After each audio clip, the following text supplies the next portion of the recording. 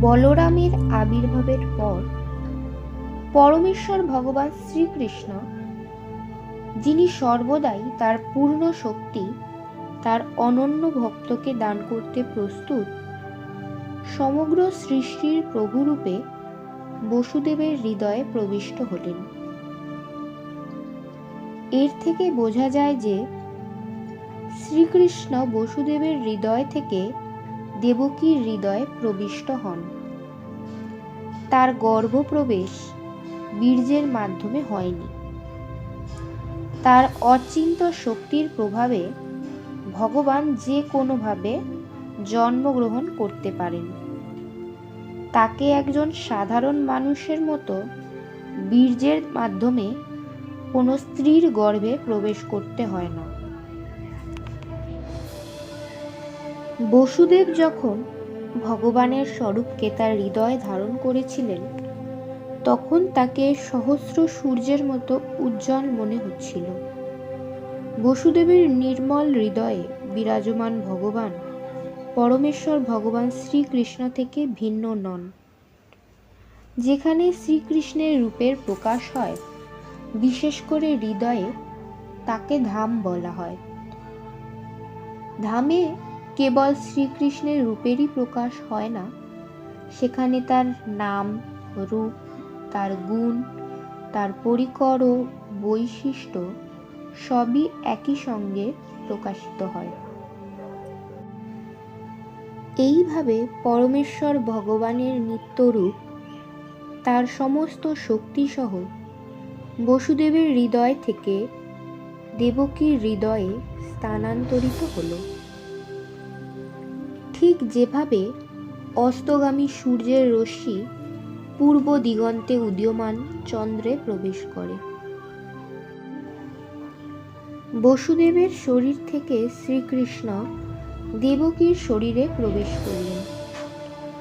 যদিও তিনি সাধারণ জীবাত্মার সীমার অতীত, শ্রীকৃষ্ণের সঙ্গে নারায়ণ, নৃসিংহ, বরাহ আদি অন্য সমস্ত পূর্ণ অবতারেরাও থাকেন এবং তারা কোনো অবস্থাতেই এই জড় বন্ধনের দ্বারা আবদ্ধ নন।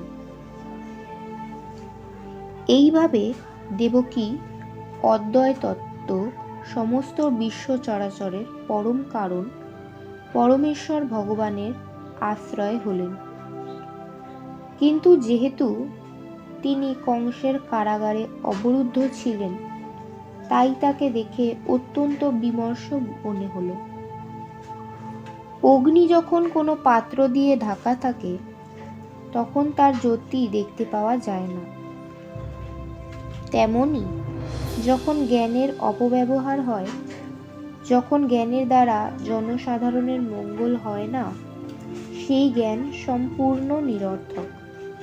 পরমেশ্বর ভগবানকে গর্ভে ধারণ করার ফলে দেবকী যে কি অপূর্ব সুন্দর রূপ প্রাপ্ত হয়েছিল, কংসের প্রাসাদে কারাবদ্ধ থাকার ফলে কেউই সেই রূপ দর্শন করতে পারল না। কংসই কেবল তার ভগিনী দেবকীর দিব্য রূপ দর্শন করল এবং তৎক্ষণাৎ সে বুঝতে পারল যে পরমেশ্বর ভগবান তার গর্ভে আশ্রয় গ্রহণ করেছেন।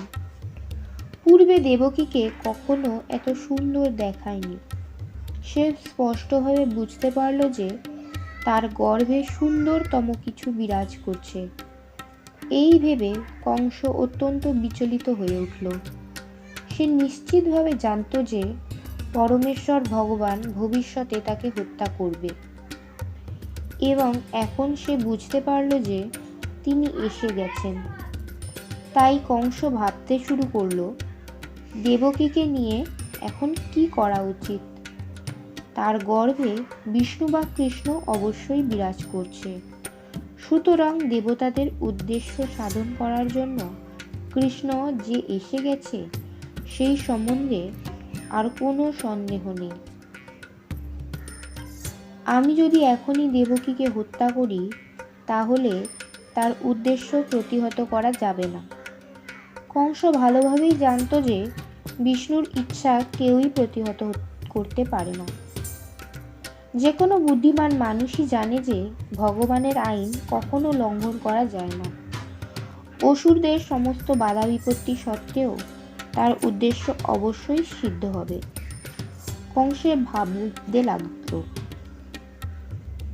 আমি যদি এখনই দেবকীকে হত্যা করি তাহলে বিষ্ণু তার ইচ্ছা আরও প্রবলভাবে সম্পাদন করবে। এই সময় দেবকীকে হত্যা করা সব চাইতে জঘন্য কার্য হবে। কেউই কোনো অবস্থাতেই তার প্রতিষ্ঠা নষ্ট করতে চায় না। আমি যদি এখন দেবকীকে হত্যা করি তাহলে আমার সুনাম সর্বতোভাবে নষ্ট হবে। দেবকী একজন অবলা নারী, সে আমার আশ্রয়ে আছে এবং সে এখন গর্ভবতী। আর এখন আমি যদি তাকে হত্যা করি তাহলে তৎক্ষণাৎ আমার সমস্ত সুনাম, আমার সমস্ত পুণ্য এবং আমার আয়ু নষ্ট হয়ে যাবে।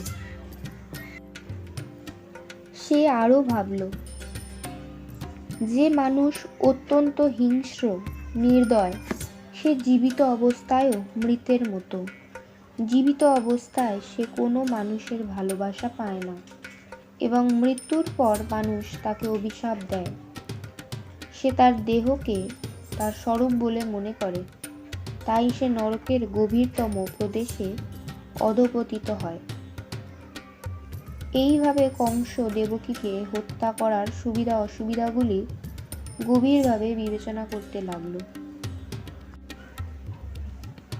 কংস তখন ঠিক করল যে এখনই দেবকীকে হত্যা না করে বরং অবিসম্ভাবী ভবিষ্যতের প্রতীক্ষা করা যাক। কিন্তু তার মন সব সময় পরমেশ্বর ভগবানের শত্রুতা করার চিন্তায় মগ্ন হয়ে রইল। পূর্বে সে যেভাবে একে একে দেবকীর 6টি সন্তানকে তাদের জন্মের পরে হত্যা করেছিল, ঠিক সেইভাবেই এই শিশুটিকেও হত্যা করার জন্য সে ধৈর্য ধরে প্রতীক্ষা করতে লাগলো। এইভাবে ভগবানের প্রতি বৈরী সম্পন্ন হয়ে কংস শয়নে ভোজনে গমনে সর্বক্ষণই কৃষ্ণ ও বিষ্ণুর চিন্তায় মগ্ন হয়ে রইল। তার মন পরমেশ্বর ভগবানের চিন্তায় এতই মগ্ন হয়ে রইল যে সে পরোক্ষভাবে সর্বক্ষণ কৃষ্ণ ও বিষ্ণুকে দর্শন করতে লাগলো। দুর্ভাগ্যবশত যদিও তার মন সবসময় কৃষ্ণ ও বিষ্ণুর চিন্তায় মগ্ন ছিল, তবুও সে ভগবানের ভক্ত হতে পারল না, কেননা সে ভগবানের প্রতি বৈরী ভাবাপন্ন ছিল। ভগবানের শুদ্ধ ভক্তের চিত্তও সবসময়ই ভগবানের চিন্তাতেই মগ্ন থাকে, কিন্তু ভক্ত অনুকূলভাবে ভগবানের চিন্তা করেন, প্রতিকূলভাবে নয়। ভগবানের প্রতি অনুকূলভাবে চিন্তা করাই হচ্ছে ভগবত ভক্তি। প্রতিকূলভাবে ভগবানের কথা চিন্তা করা কৃষ্ণ ভক্তি নয়। সেই সময় ব্রহ্মা, শিব, নারদ ও স্বর্গের সমস্ত দেবতারা অদৃশ্যভাবে কংসের আলয়ে এসে উপস্থিত হলেন এবং সুন্দর সুন্দর শ্লোকের মাধ্যমে তারা ভগবানের মহিমা কীর্তন করতে লাগলেন।